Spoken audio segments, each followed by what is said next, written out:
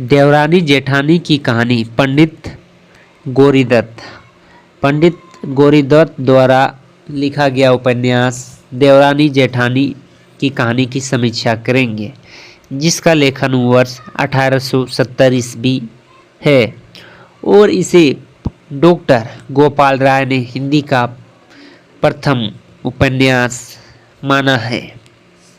अब इस उपन्यास का प्रमुख पात्र है सर्वसुख।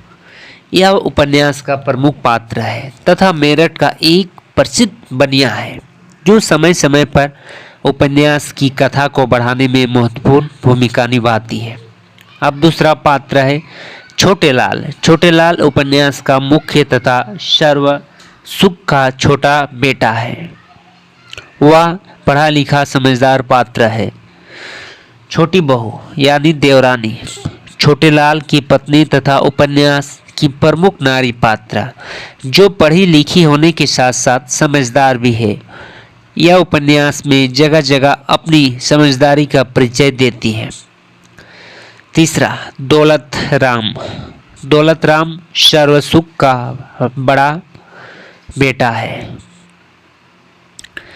ज्ञानो जेठानी है। ज्ञानो दौलत राम की पत्नी तथा घर की बड़ी बहू है, जो अनपढ़ है। वह सदैव अपनी सास तथा देवरानी की आलोचना करती है।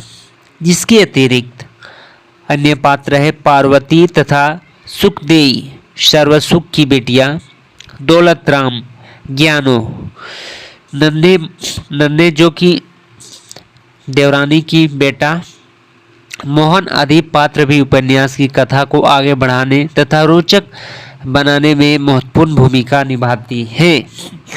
आप बात करते हैं इस उपन्यास का समीक्षा।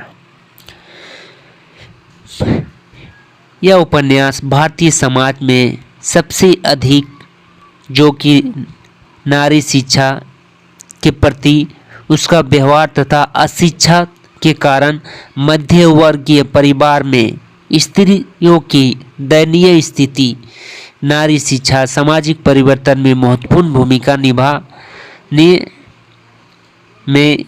सकती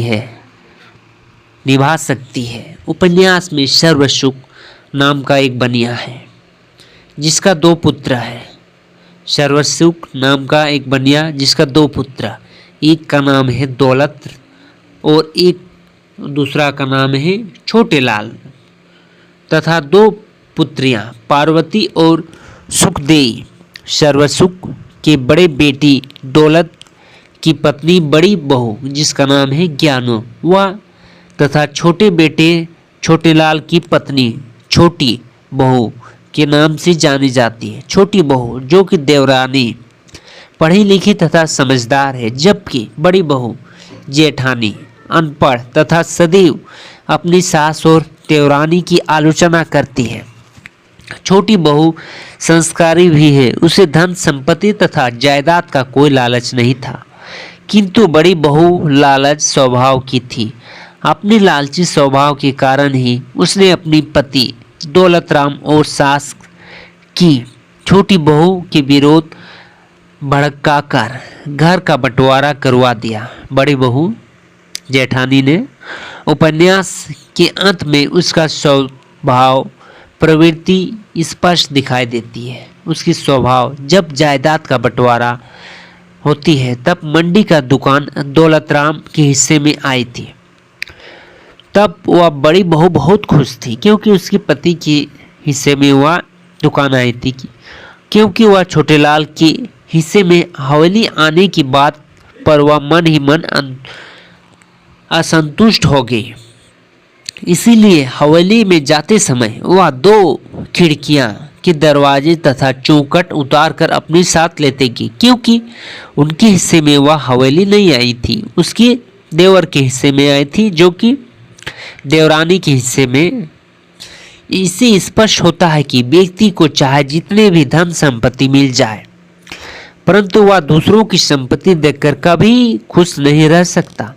तत्कालीन समाज में बाल विवाह का प्रचलन था। उस समय जिस समय कहानी लिखा गया था 1870 ईस्वी, उस समय बाल विवाह का प्रचलन था और छोटे लाल और उसकी बहू छोटी बहू ने अपनी पुत्र का बाल विवाह न कराकर उनकी पढ़ाई लिखाई पर अधिक ध्यान दिया।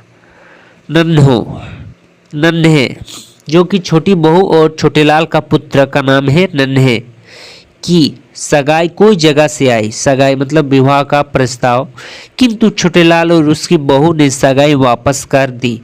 पुराने समाज में वह बहुत बड़ी बात थी, किंतु छोटे लाल और उसकी पत्नी ने समाज के विपरीत जाकर वह निर्णय लिया। इसके साथ ही उसकी विधवा पत्नी का प्रचलन भी नहीं था, मतलब कि विधवा का पुनः विवाह का प्रचलन नहीं था। लेकिन उसकी देवरानी छोटी बहू ने यदि किसी स्त्री के पति अल्पायु में स्वर्ग सिधार जाए और उसकी पत्नी को पूर्ण विवाह का कोई अधिकार नहीं था। उस समय जिसमें अल्पायु में किसी का पति मर गया तो उसकी पत्नी का जीवन पूरा कष्टदायी हो जाता था, उसे पूर्ण विवाह का कोई प्रावधान नहीं था। किंतु इस उपन्यास में छोटे लाल का बहू की मामा की बेटी जिसका उम्र 9 वर्ष था, उसकी पति का अल्पायु में मृत्यु हो गई। उसकी पति जब पतंग उड़ाते हुए छत पर गिर गया और उसकी मृत्यु हो गई। इस कारण वह मात्र 10 वर्ष की अवस्था में विधवा हो गई और उसने अपना जीवन का सब रास रंग खो दिए। जिसमें अभी खेलने खाने का समय था, वह कठिनाइयों से जूझने पड़ रही थी। उनकी सारा दुख का पहाड़ टूट गया था, उनका संसार अंधेरे हो गया था उस लड़की का। परंतु छोटे लाल की बहू के प्रयासों से उसका पूर्ण विवाह कराया गया। यानी वह शिक्षित होने के बावजूद अपने अधिकारों के विरुद्ध लड़ी। देवरानी जेठानी की कहानी की भाषा और जन भाषा से सहज जुड़ाव, हिस्सा खोई अथवा कथा कहने की तरीके सब में ही छिपे हुए हैं। अर्थ की अंगूठा, संस्कार, लोक भाषा, अर्थगम्य शब्द का प्रयोग है, बोलचाल और उसमें मुहावरे, लोककृतियाँ, जुड़ाव, ये सब विशिष्ट उपन्यास की कथा की भाषा का सृजन करती है। इसके साथ ही पंडित गौरीदत्त ने अपना उपन्यास में बोलचाल के शब्द युगों में सफल प्रयोग भी किया है। जैसे और जब कभी भाव चढ़ा देखता तो हजारों का नाच पात लेकर दुकान में डाल देता, मतलब कि यहाँ जमाखोरी किया जाता था। जब सर्वसुख यानी कि छोटे लाल का पिताजी और दौलत राम का पिताजी जब बाजार में कोई भी सामान की दाम कम होती तो उसे लेकर अपने गोदाम में रख जाता और फायदा देखकर उसे बेच डालता। ब्याज भट्टा और गिरवी पाते ही उसे बढ़ोतरी आमदनी था। हाट हवेली, धन दौलत, दूध पूत, परमेश्वर की दिया, उसके पास सब कुछ था।